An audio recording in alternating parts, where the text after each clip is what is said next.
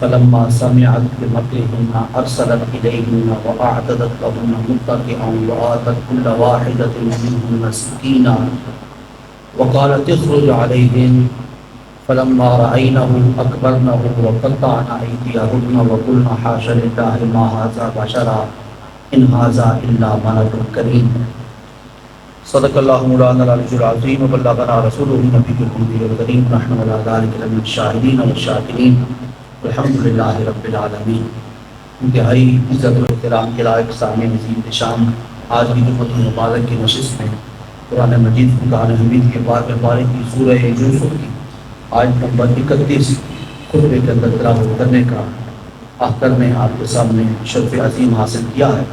اللہ رب العزت کے فضل و کرم سے اور رحمت کائنات صلی اللہ علیہ وآلہ وسلم کے لطف و احسان سے اسی آیت مبارکہ کے حوالے سے آج کی ہماری گفتگو ہوگی. اور اس گفتگو کا جو عنوان ہے وہ عنوان بڑا ہی عمدہ ہے، اعلیٰ ہے، بڑا ہی پیارا ہے، بڑا ہی حفیظ ہے، بڑا ہی دل پذیر ہے، دل نشین ہے اور دل کو موہ لینے والا ہے، دل کو لبھا لینے والا ہے. اور اس موضوع کا نام ہے حسن مصطفیٰ. امتی ہو اور اس کے سامنے اس کے نبی کے حسن و جمال کا تذکرہ چھیڑا جائے تو یقیناً امتی کا دل باغ باغ ہو جاتا ہے کہ اللہ کریم نے ہر نبی کو ہی بڑا حسین بنایا، ہر نبی کو ہی بڑی اعلیٰ صورت عطا کی، بڑا خوش نما بنایا، بڑی طلعتیں عطا کی، بڑی زیبائیاں عطا فرمائیں، بڑی خوبصورتیوں اور بڑے جمال کے ساتھ نوازا. لیکن وہ ساری خوبصورتیاں، وہ سارے جمال، وہ سارے حسن، وہ ساری رعنائیاں، وہ ساری دل ربائیاں، دل فریبیاں اللہ کریم نے ذات رسالت مآب حضرت محمد مصطفیٰ کے اندر یکجا فرمایا. اور جو جزوی حسن اللہ کریم نے تقسیم فرمایا تھا انبیاء کرام نے میں اس سارے جزوی حسن کو سمیٹ کر کامل حسن ایک ذات کے اندر مجتمع فرما دیا. حضرت آدم بھی بڑے حسین تھے، حضرت نوح علیہ السلام کے اندر بھی حسن کی جلوہ سامانیاں موجود تھیں، حضرت یوسف علیہ السلام کے حسن کے تو بڑے چرچے ہیں. لیکن وہ کسی کہنے والے نے کہا تھا کہ حسن یوسف کے بھی چرچے تھے جہاں میں، لیکن حسن یوسف کے بھی چرچے تھے جہاں میں، لیکن رنگ پہ آئی ہے یہ محفل تیرے نام کے بعد. حسن یوسف کے اپنے مقام پر چرچے ہیں، اس کے اندر نو ڈاؤٹ کسی قسم کا کوئی شک نہیں ہے. حسن یوسف کو قرآن مجید فرقان حمید میں بیان کیا گیا ہے اور اس حسن یوسف کے حوالے سے میں نے ہی قرآن پاک کی آیت کریمہ کا سہارا لیا ہے اور اسی کے حوالے سے آج گفتگو کرنا چاہتا ہوں کہ کہاں حسن یوسفی اور کہاں حسن محمدی. اللہ رب العزت کا پاک کلام اس پر شاہد عادل ہے. اللہ کریم ارشاد فرماتے ہیں فلما سمعت بمكرهن ارسلت اليهن واعتدت لهن متكئا واتت كل واحدة منهن سكينا وقالت اخرج عليهم فلما رأينه اكبرنه وقطعن ايديهن وقلن حاش لله ما هذا بشرا ان هذا الا ملك كريم. حضرت یوسف علیہ السلام حضرت یعقوب علیہ السلام کے فرزند ارجمند ہیں. بھائیوں نے حضرت یوسف علیہ السلام کے ساتھ حسد کیا کہ حضرت یوسف کے حسن و جمال کی وجہ سے ان کے والد گرامی حضرت یعقوب ان کے ساتھ بڑی محبت کرتے ہیں، بڑا پیار کرتے ہیں، خاص توجہ کے ساتھ نوازتے ہیں. حضرت یوسف علیہ السلام کا ایک سگا بھائی تھا جن کا نام حضرت بنیامین ہے، بقیہ 10 بھائی تھے جو سگے نہیں تھے، سوتیلے تھے. ان سوتیلے بھائیوں نے حضرت یوسف کے ساتھ جو حضرت یعقوب کی محبت تھی اس کی وجہ سے حسد کرنا شروع کر دیا. اس حسد کی بنا پہ انہوں نے آپس میں پروگرام بنایا کہ حضرت یوسف کو حضرت یعقوب کی نگاہوں سے اوجھل کر دیا جائے.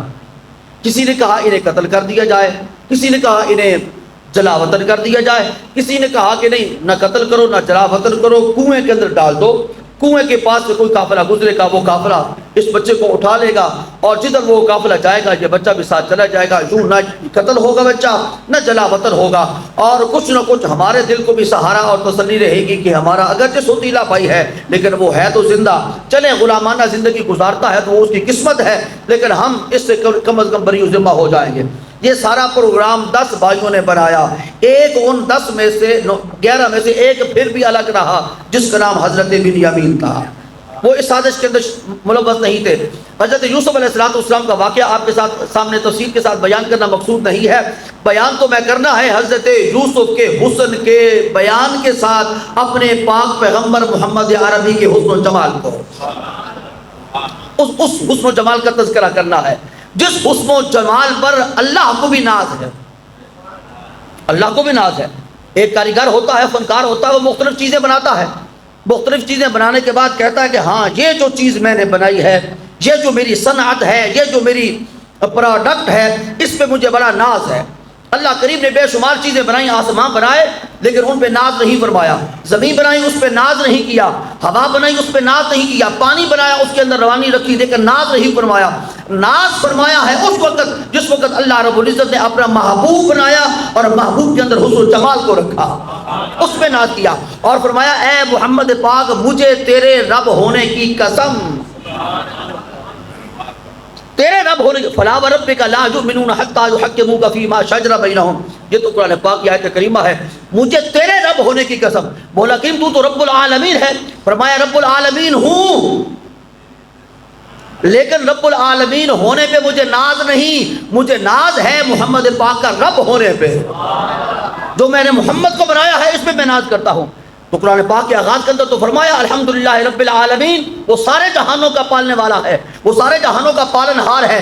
جب وہ سارے جہانوں کا پالن ہار ہے تو پھر سپیشلی ایک ہستی کا نام کیوں لیا؟ فرمایا ایک ہستی کا نام اس لیے لے رہا ہوں کہ میرے کارخانہ قدرت کے اندر مختلف چیزیں مارز وجود کے اندر آئی ہیں، میں خلاق عالم ہوں اور میری بہت ساری مخلوقات ہیں، لیکن خلاق عالم ہونے کی حیثیت سے جس مخلوق کو میں اپنا فرد کامل سمجھتا ہوں، جس کے بنانے پہ مجھے ناز ہے، وہ فقط آمنہ کا لال ہے، اس لیے میں کسی کے قسم یاد نہیں کرتا، قسم یاد کروں گا تو فلا وربک، اے محمد تیرے رب ہونے کی مجھے قسم ہے۔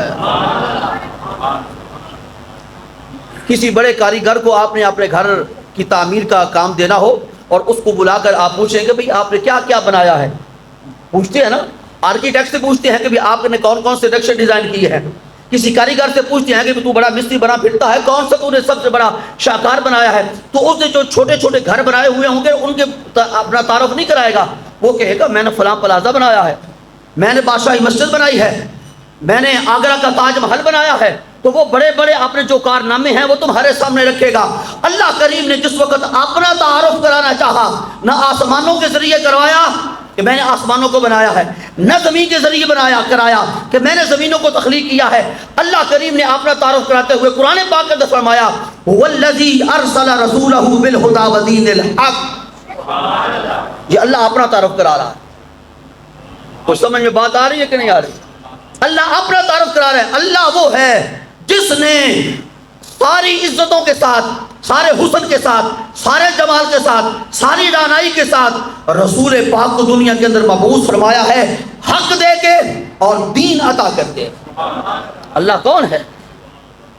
مصری کہتا ہے میں وہ ہوں جس نے یہ بنایا، اللہ فرماتا ہے تمہیں میرا تعارف نہیں، میں اپنا تعارف تمہیں خود کراتا ہوں، میں وہ ہوں جس نے صرف آسمان نہیں بنایا، جس نے صرف جنت نہیں بنائی، میں وہ ہوں، میرا تعارف کامل یہ ہے کہ میں نے محمد کو بنایا ہے اور بے مثل بنایا ہے، بے مثال بنایا ہے، لاجواب بنایا ہے، بے نظیر بنایا ہے، اس کی کوئی مثل دنیا پیش نہیں کر سکتی، نہ ایسا حسن کسی کے پاس، نہ ایسا جمال کسی کے پاس، نہ ایسی رہنائی کسی کے پاس، نہ ایسی دل ربائی کسی کے پاس، نہ ایسی زبان کسی کے پاس، نہ ایسے ہاتھ کسی کے پاس، نہ ایسا سینہ۔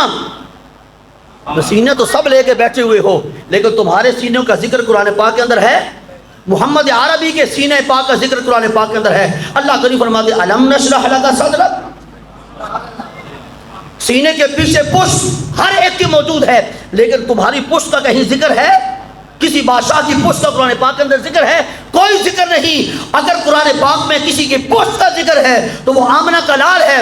اللہ کریم فرماتے ہیں وَوَضَعْنَا عَنْكَ وِزْرَكَ، ہاں جی آپ کے ہاتھ کا ذکر ہے قرآن پاک میں، ہاتھ تو آپ کے بھی دو، بادشاہ کی بھی دو، وزیر اعظم کی بھی دو، کسی بادشاہ کے ہاتھوں کا قرآن پاک کے اندر ذکر نہیں ہے۔ ہاں قرآن پاک کے اندر ذکر ہے ہاتھ کا، تو ید اللہ کہہ کے اللہ کریم نے اپنے محبوب کے ہاتھ کا ذکر کیا ہے۔ میں کس کس بات کا ذکر کروں؟ وہ تو ہاں کہہ کے چہرہ محمد عربی کی قسمیں یاد کی ہے، واللیل اذا سجا کہہ کے محمد عربی کی زلف دوتا کی قسمیں یاد کی ہے، سینہ پاک کا ذکر موجود ہے، حتیٰ کہ رسول اطہر جس مٹی پہ اپنے پائے ناز رکھتے ہیں، میرا رب بے نیاز ہو کر اس مٹی کے ذرات کی قسمیں یاد کرتا ہے، لا اقسم بہذا البلد وانت حل بہذا البلد ووالد وما ولدا، اے محمد پاک جہاں آپ کے پائے ناز رکھیں گے میں اس نالین کی قسم نہیں کھاؤں گا، نالین کے ساتھ مس کرنے والی مٹی کے ذرات کی قسم کھاؤں گا۔ کتنا پیار ہے اللہ کو اپنے محبوب کے ساتھ۔ فرمایا ہاں میں پیار کرتا ہوں، اور میرا پیار سارے نبیوں کے ساتھ ہے، سارے رسولوں کے ساتھ ہے، سارے کتبوں کے ساتھ ہے، سارے ولیوں کے ساتھ ہے، لیکن ان کے ساتھ میرا جزوی پیار ہے، کلی پیار میرا دیکھنا ہو تو محمد پاک کے ساتھ دیکھو۔ اور ایک مثال عرض کر دوں، شاید میں اپنی بات کو واضح کرنے میں کسی حد تک کامیاب ہو جاؤں۔ گھر میں جو سب سے پیارا ہوتا ہے نا، اس کی بات کو ٹالا نہیں جاتا، اس کی بات کو بھئی یہ بات تو مناسب نہیں کوئی کر رہا لیکن پیارا ہے نا، اب کیا کریں، اس کی تو ماننی پڑے گی۔ باپ بھی مانتا ہے، والدہ بھی مانتی ہے، سارے گھر والے اس کے ساتھ پیار کرتے ہیں اور اس کی دل جوئی اور اس کی حوصلہ افزائی اور اس کے ساتھ پیار کا تعلق نبھاتے ہوئے اس کی بات کو رد، اللہ اکبر۔ لیکن جب وہ ڈیمانڈ کرتا ہے، مطالبہ کرتا ہے، تب اس کی ڈیمانڈ کو پورا کیا جاتا ہے۔ میں قرآن پاک سے آپ کو اللہ کی اپنے محبوب کے ساتھ جو والہانہ محبت ہے اس کا ایک نمونہ پیش کرتا ہوں۔ مکہ مکرمہ کے اندر رہتے ہوئے رسول کریم بیت المقدس کی طرف رک کر کے نماز پڑھتے رہے، اور چلیں بات آئی ہے ضمناً تو عرض کر دیتا ہوں، یہ بیت المقدس ہمارا ہے، یہ بیت المقدس یہودیوں کا نہیں، یہ بیت المقدس ہمارا ہے۔ رسول کریم صلی اللہ علیہ وآلہ وسلم سے پوچھا گیا، حضرت ابو ذر نے پوچھا، جندب بن جنادہ انہوں نے پوچھا، یا رسول اللہ اس دھرتی پر سب سے پہلے اللہ کا گھر کون سا تعمیر ہوا؟ رسول کریم نے فرمایا مسجد حرم، کعبۃ اللہ۔ عرض کی یا رسول اللہ دوسرا گھر؟ فرمایا بیت المقدس، بیت المقدس جس کا جھگڑا اس وقت چل رہا ہے۔ دعا کرے اللہ کریم ان مسلمانوں کو فتح عطا فرمائے اور دشمنوں کو نیست و نابود فرمائے، یہودیوں کے جو خیالات اور ناپاک گندے تصورات ہیں انہیں اللہ کریم ملیا میٹ فرمائے اور مسلمانوں کو فتح عطا فرمائے۔ اور ہم وہاں پر پہنچ نہیں سکتے لیکن ہمارے دل اور ہماری محبتیں، ہمارے جذبات اور ہماری ساری دعائیں ان لوگوں کے ساتھ وقف ہیں جو دین کا کام کرتے ہوئے اسلام کا جھنڈا بلند کیے ہوئے ہیں، نہ ان کے پاس کھانے کے لیے ہے نہ ان کے پاس پینے کے لیے ہے، لیکن اس وقت انہوں نے سروں پہ کفن باندھے ہوئے ہیں اور اپنے ہاتھ کی ہتھیلی پر اپنی جان کے نذرانے رکھے ہوئے ہیں، نہ بچوں کی پرواہ ہے نہ بیویوں کی پرواہ ہے، کسی شے کی پرواہ نہیں، پرواہ ہے تو صرف اس بات کی کہ اللہ کا نام بلند رہے، محمد پاک کا کلمہ بلند رہے۔ رسول کریم نے فرمایا دوسری مسجد بیت المقدس تعمیر ہوئی، اور پوچھنے والے نے پوچھا یا رسول اللہ پہلے اس کے بعد تیسری مسجد؟ فرمایا تیسری مسجد کا نہ پوچھ، تیسری مسجد کا بتانے لگا ہوں۔ فرمایا بیت اللہ اس کا ایک حرم ہے اور اس کی ایک حد ہے، یہاں سے شروع ہوتا ہے وہاں جا کر ختم ہوتی ہے۔ فرمایا بیت المقدس اس کی بھی ایک حد ہے، جہاں سے شروع ہوتا ہے وہاں پر جا کر بیت المقدس ختم ہو جاتا ہے۔ فرمایا تیسری مسجد اللہ کریم نے اس وقت بنائی جس وقت مجھ محمد کے پاؤں زمین پہ لگے۔ یار سبحان اللہ، مٹی جی تو کام نہیں چلے گا نا۔ وہ جو مسجد بنی رسول کریم کے پائے ناز لکھنے سے، فرمایا وہ صرف مسجد لمیٹڈ اور محدود نہیں ہے، وہ ساری روئے زمین کو اللہ کریم نے میرے پاؤں کی برکت سے مسجد بنا دیا۔ ایڈی وڈی مسجد، میرے کریم آقا کے دنیا کے اندر جلوہ گری سے پہلے جو نبی دنیا میں تشریف فرما ہوتے تھے وہ علاقے کو نشان زدہ کر دیتے تھے، اس نشان زدہ علاقے کے اندر ہی عبادت کی جا سکتی تھی، اس لائن سے باہر عبادت نہیں ہو سکتی تھی کیونکہ زمین پاک نہیں تھی، اور نماز پڑھنے کے لیے پاک مقام کی ضرورت ہے۔ اب تھوڑا سا ساتھ دے دینا، مہربانی فرما دے، پاک جگہ کی ضرورت ہے۔ میں حدیث پاک دکھاتا ہوں، مسلم کی اور بخاری کے متفق علیہ حدیث پاک، میرے کریم آقا نے فرمایا اور تم سب کے نبی نے ارشاد فرمایا، جعلت لی الارض مسجدا وطہورا، میں مکہ مکرمہ کے اندر پیدا ہوا، حضرت آمنہ سلام اللہ علیہا کے کاشانہ اقدس کے اندر، اور وہاں پر اللہ کریم نے جب یہ ملاحظہ فرمایا کہ میرے پاؤں زمین پہ لگ گئے ہیں، تو رسول کریم کے پائے ناز گجرات میں بھی لگے، ہندوستان میں بھی لگے، سرکار جاپان میں تشریف لے کے گئے، چائنا کے اندر کریم آقا پہنچے نہیں، چائنا کے اندر نہیں پہنچے، سرکار کے قدم فقط کعبۃ اللہ کے قریب اس گھر میں لگے جس گھر جیسا کوئی گھر نہیں ہے، جس گھر کے در جیسا کوئی در نہیں ہے، جس کے گھر والوں جیسا کوئی گھر نہیں ہے، جس کی ماں جیسی کوئی ماں نہیں ہے، جس کے باپ جیسا کوئی باپ نہیں ہے، اور ان کی آغوش میں آنے والے اس نو مولود جیسا کوئی نو مولود نہیں ہے، آنے والا بشر بن کے نہیں آیا،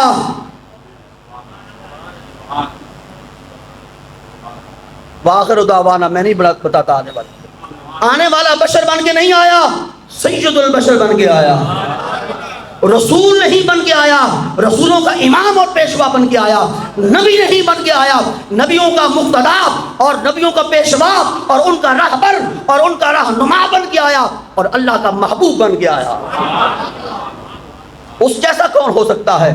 تاریخ اگر ڈھونڈے گی ثانی محمد، ثانی تو بڑی چیز ہے، سایہ نہ ملے گا، ڈھونڈ سایہ محمد عربی کا، سایہ تو ہوتا ہے کثیف شے کا، اور جو نور لطیف ہو اس کا تو سایہ نہیں ہے، تو نور کا سایہ تلاش کرتے ہوئے مارا مارا پھرتا ہے، نور کا سایہ نہیں ہوتا، میرے کریم آقا نور ہے، اس لیے آپ کا سایہ نہیں ہے، لیکن ہر شخص کے سر پہ آپ ہی کی رحمت کا سایہ ہے۔ وہ احمد نجیب قاسمی نے کہا تھا، کون کہتا ہے کہ سایہ تیرے پیکر کا نہ تھا؟ نوجوان تو شعر کو سمجھ لینا، کون کہتا ہے کہ سایہ تیرے پیکر کا نہ تھا؟ احمد نجیب قاسمی، کون کہتا ہے کہ سایہ تیرے پیکر کا نہ تھا؟ میں تو کہتا ہوں جہاں بھر پہ ہے سایہ تیرا۔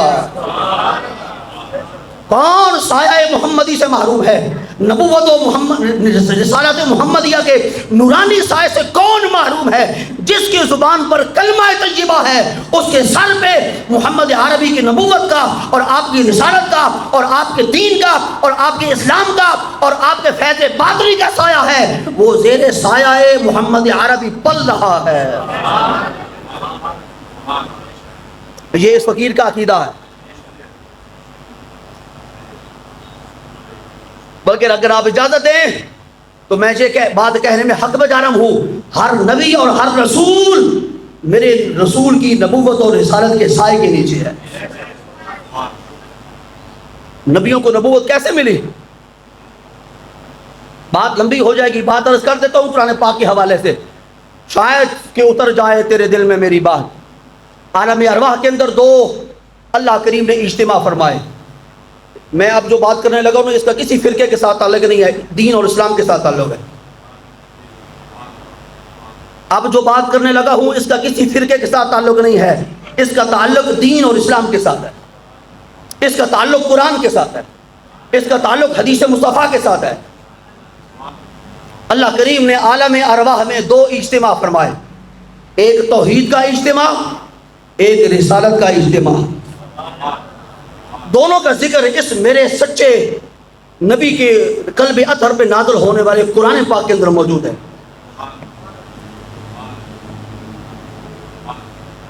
سننا چاہیں گے دو اجتماع، یا کہتے ہیں تو کوئی کہانی شروع کر دیتا ہوں؟ دو آپ بھی اجتماع کر کے بیٹھے ہیں، دو اجتماع اللہ کریم نے فرمایا، ایک توحید کا ایک رسالت کا۔ توحید کا اجتماع کر کے سارے لوگوں کو بلایا، سارے ارواح کو جمع کیا، اور ان کے سامنے اللہ کریم نے خود کلام کیا، اور کلام کرتے ہوئے اللہ کریم نے روبرو فرمایا، الستو بربکم۔ اب تھوڑا سا سن لیں قرآن پاک، الستو بربکم، کیا میں تمہارا پروردگار نہیں ہوں؟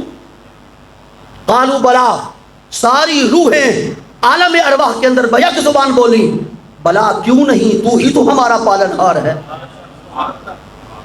جب اقرار ربوبیت ہو گیا فرمایا سب اٹھ جاؤ، سب اٹھ جاؤ، اب صرف خواص آ جائیں۔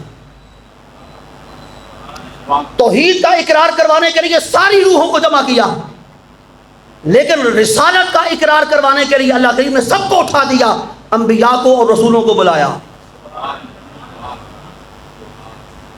انبیاء کو اور رسولوں کو بلایا۔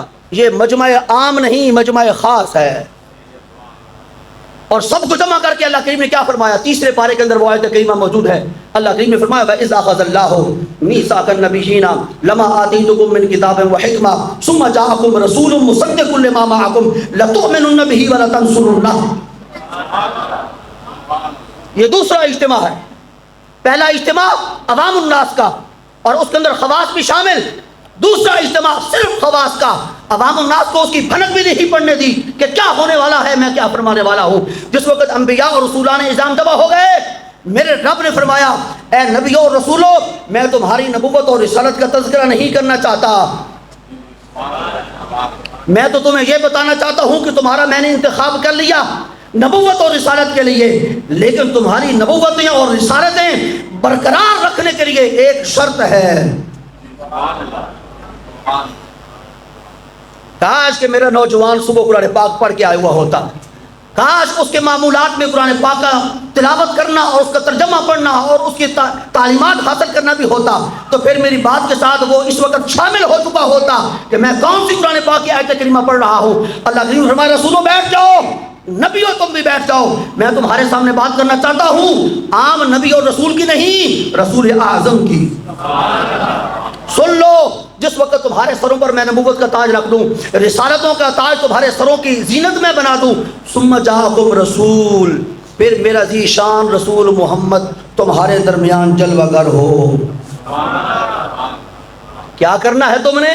لَتُؤْمِنُنَّ بِهِ وَلَتَنصُرُنَّهُ، تم نے اس رسول پر ایمان بھی لانا ہے اور رسول کی خدمت بھی کرنی ہے۔ شاید کہ اتر جائے تیرے دل میں میری بات۔ اب تھوڑا سا مجھے موازنہ کرنے دو، پہلے جلسے میں اور دوسرے جلسے میں، پہلے لوگوں کے اجتماع میں اور دوسرے لوگوں کے اجتماع میں، جس وقت اللہ کریم نے اپنی توحید کا اور اپنی ربوبیت کا اقرار کروایا، مجھے قرآن پاک سے اٹھا کر دکھاؤ کہ اس مقام پر کسی میں اللہ کریم نے فرمایا ہو کہ اے میری توحید کا اقرار کرنے والوں، مجھ پر بھی تم نے ایمان لانا ہے۔ نقطہ تو عرض کر دیا ہے، بس سمجھنے والے سمجھ لیں۔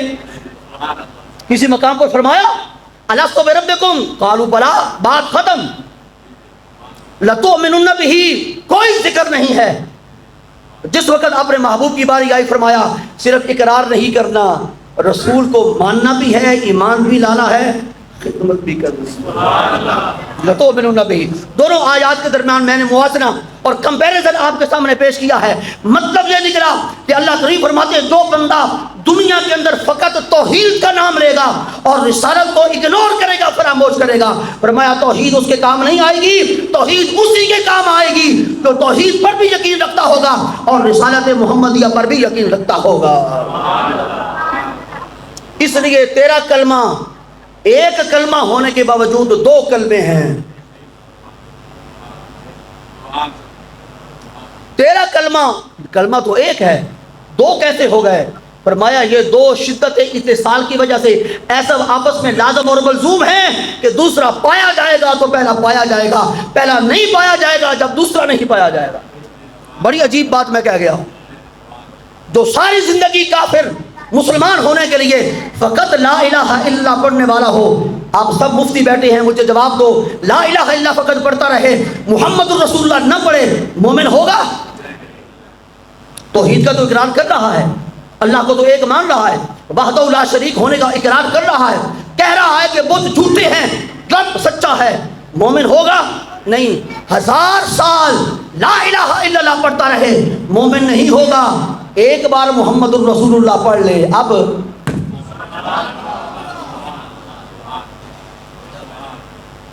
2 + 2 4 کی طرح بات تو آپ کو میں نے عرض کر دی ہے۔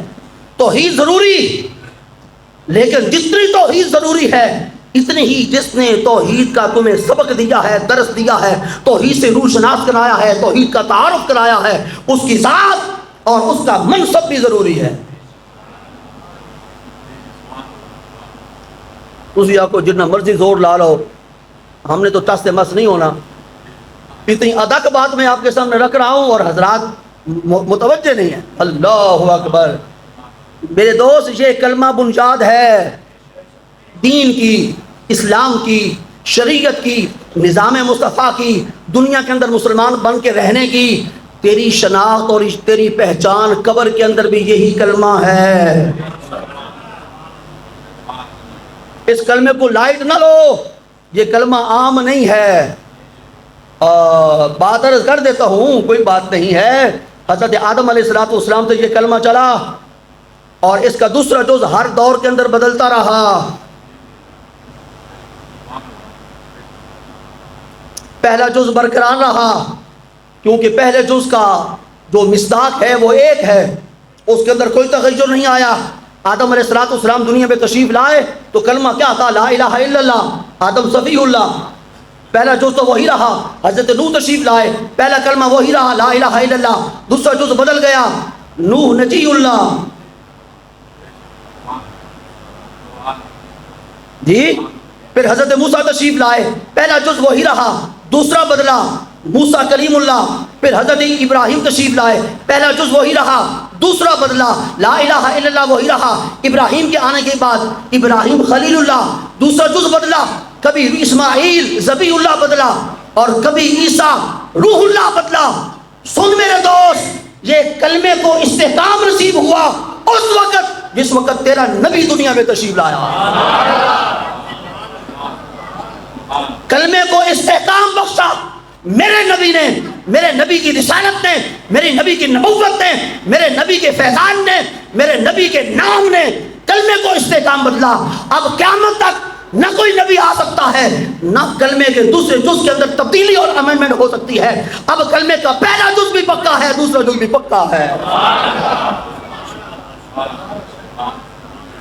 اب کوئی قادیان سے کانا اٹھ کے آ جائے یا کسی اور مقام سے انتا اٹھ کے آ جائے اور نبوت کا دعویٰ کرے، ہم کہیں گے بھی نہ، ہم تو نبی ہونا تو دور کی بات ہے، تجھے تو شریف انسان بھی تصور کرنے کے لیے اور کنسیڈر کرنے کے لیے تیار نہیں ہے۔ کریم آقا آ گئے، نبوت بھی آپ کے ختم ہو گئی، رسالت بھی آپ کے ختم ہو گئی، آپ نے کلمہ طیبہ کو استحکام دے دیا۔ یہی کلمہ چلے گا اس دنیا میں، یہی کلمہ چلے گا قبر میں، یہی کلمہ چلے گا محشر کے میدان میں، یہی کلمہ جنت کے دروازے پہ لکھا ہوا تجھے ملے گا جس وقت وہ اندر داخل ہونے لگے گا۔ یہی کلمہ ہوگا، اور جنت کے دروازے پہ کسی نبی کا کلمہ نہیں لکھا ہوا۔ سب سے پہلے اللہ کریم نے یہ کلمہ عرش کے ساق پہ لکھا، جسے دیکھنے کے بعد حضرت آدم علیہ السلام کے دل کے اندر یہ خواہش پیدا ہوئی تھی کہ میں ایک ایسا کام کر بیٹھا ہوں۔ اللہ کریم نے فرمایا تھا اس درخت کے قریب نہیں جانا، میں تو درخت کے قریب چلا گیا اور اس کا دانہ دل کا بھی میں نے کھا لیا۔ اللہ کریم کی عتاب کا میں مورد ٹھہرا۔ اب میں اللہ کریم سے معافی مانگنا چاہتا ہوں۔ اس دھرتی پہ 300 سال تک اشک ندامت بہاتے رہے اور 300 سال تک سجدے کرتے رہے، ربنا ظلمنا انفسنا وان لم تغفر لنا وترحمنا لنکونن من الخاسرین کی دعائیں مانگتے رہے، لیکن توبہ قبول نہیں ہوئی۔ پھر دل کے اندر اللہ کریم نے فتلقى آدم من ربه کلمات فتاب علیہ، اللہ کریم نے دل کے اندر بات ڈالی، اے ابراہیم آدم کیوں نہیں میرے پاک محمد کا وسیلہ میری بارگاہ میں پیش کرتا؟ 300 سال کی توبہ، 300 سال کے اشک ندامت اور 300 سال پر اپنے اس لغزش پر، جس کو میں لغزش بھی نہیں کہہ سکتا، لغزش بھی نہیں کہا جا سکتا اسے، جو خلاف اولا کام ہوا، اس پر معافی مانگتے رہے۔ 300 سال کے سجدے ایک طرف، محمد پاک کے نام کا وسیلہ ایک طرف۔ اللہ کریم نے فرمایا آدم ابھی تو محمد دنیا کے اندر آئے نہیں، تمہیں کیسے پتا چلا کہ محمد بھی کوئی ہے اور اس کا میری بارگاہ میں مقام بھی ہے؟ حضرت آدم نے فرمایا اے اللہ جس وقت تو نے میرا وجود بنایا اور وَنَفَخْتُ فِيهِ مِن رُوحِي، میرے جسم کے اندر تو نے روح پھونکی، سب سے پہلے جو میری نگاہ اٹھی تو عرش کے کناروں پر پڑی، میں نے وہاں پر لکھا ہوا دیکھا لا الہ الا اللہ محمد الرسول اللہ۔ میں سمجھ گیا کہ تو نے اپنے عرش پہ اپنے نام کے ساتھ جس نام کو ملا رکھا ہے وہ تجھے بڑا ہی محبوب ہے، اور محب کی بارگاہ میں محبوب کے نام کا وسیلہ پیش کیا جائے، محب ہو کریم، وہ رد نہیں کیا کرتا۔ میں نے تیری بارگاہ میں تیرے محبوب کا وسیلہ پیش کیا ہے۔ اللہ کریم نے فرمایا ہاں اب تیری توبہ کو میں قبول کرتا ہوں۔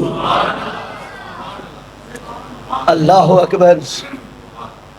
یہ ہیں تیرے پیغمبر, یہ ہیں تیرے رسول. تو جنت میں سب سے پہلے نام میرے پاک پیغمبر کا, حورانے بہشت کی پتریوں پہ میرے محمد کا نام لکھا ہوا ہے. طوبا کے ایک ایک درخت پہ محمد پاک کا نام لکھا ہوا ہے. جنت کے 8 دروازے ہیں, 8 دروازوں پہ محمد پاک کا نام لکھا ہوا ہے.